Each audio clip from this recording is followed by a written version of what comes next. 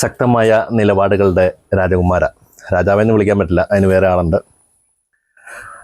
ഇന്ന് വൈകുന്നേരം ഒരു പ്രസ്താവന ഇറക്കി, രാത്രിയിൽ വന്ന ആരെങ്കിലും കണ്ണിർത്തി കാണിച്ചു കഴിഞ്ഞാൽ നാളെ രാവിലെ അത് മാറ്റിപ്പറയുന്ന ശിവൻകുട്ടി സാറേന്ന് വിളിക്കുന്നത് നിങ്ങൾ എന്നെ സ്കൂളിലോ കോളേജിലോ പഠിപ്പിച്ചതുകൊണ്ടൊന്നുമല്ല. വിളിച്ച ശീലം ശിവൻകുട്ടി എന്ന് തന്നെയാണ്. ഇത് റെസ്പെക്റ്റ് തരുന്നതാണ്. കേരള സംസ്ഥാനം ഭരിക്കുന്ന വിദ്യാഭ്യാസ മന്ത്രി എന്നുള്ളൊരു ബഹുമാനം. കേരള ഹൈക്കോടതി ഒരു തീരുമാനം പറഞ്ഞ, ഒരു വിധി പറഞ്ഞ ഒരു കാര്യം വീണ്ടും നിങ്ങൾ എന്തിനാണ് ഇങ്ങനെ കുത്തിപ്പൊക്കുന്നത്? നിങ്ങൾക്ക് ചെയ്യാൻ പറ്റുന്ന എത്രയോ നല്ല കാര്യങ്ങളുണ്ട്. സ്കൂളിലെ കുട്ടികളുടെ ഉച്ചക്കഞ്ഞിക്കുള്ള അരി തീർന്നിട്ട് മാസം 3 ആയി. അവർക്ക് ഉച്ചക്കഞ്ഞിക്ക് ഭക്ഷണത്തിനുള്ള വസ്തുവകകളില്ലെന്ന് പറഞ്ഞ് സ്കൂളുകളിൽ അധ്യാപകർ നെട്ടോട്ട് ഓടുന്നു.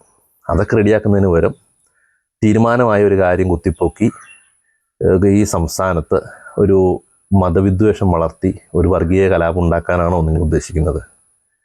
അവരുടെ കൂട്ടത്തിൽ, മുസ്ലിം സമുദായത്തിൻ്റെ കൂട്ടത്തിൽ വിവരവും വിദ്യാഭ്യാസവും ഉള്ള ആളുകൾക്ക് വരെ കാര്യങ്ങളുടെ ഇതുപോലെ മനസ്സിലായി തുടങ്ങി. അതോ സംസ്ഥാനത്തുള്ള സകല ദേവസ്വം ബോർഡുകളിലെയും അമ്പലങ്ങളിൽ നിന്ന് സ്വർണത്തിന് വില കൂടിയെന്നുള്ള ഒറ്റ കാരണത്താൽ അടിച്ചു മാറ്റപ്പെട്ട, മോഷണം പോയ ഒരുപാട് സ്വർണ്ണമുണ്ട്. അത് മാധ്യമങ്ങളുടെ ഇടയിലോ ജനങ്ങളുടെ ഇടയിലോ ചർച്ചയാകാതിരിക്കാനുള്ളൊരു തന്ത്രമാണത്. അല്ല, എനിക്ക് മനസ്സിലാകുന്നില്ല സവാരിഗിരി. ഇതൊക്കെ പറയുന്നത് കൊണ്ട് നിനക്കെന്ത് കിട്ടും എന്ന് എല്ലാവരുടെയും ഇപ്പോൾ ഒരു ചോദ്യമുണ്ട്. എനിക്ക് കിട്ടുന്ന ഇതേ ഉള്ളൂ. പക്ഷേ എനിക്കിത് പറയാനുള്ളൊരു ഇൻസ്പിറേഷൻ എവിടെയെന്ന് വെച്ചാൽ നമ്മുടെ രാജു എന്ന് പറഞ്ഞാൽ ബാലരമയിലെ മായയുടെ കൂടെയുള്ള രാജുവല്ല കേട്ടോ.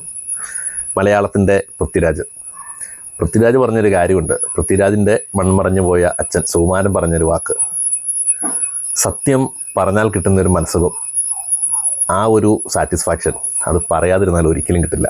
അത്രേ ഉള്ളൂ.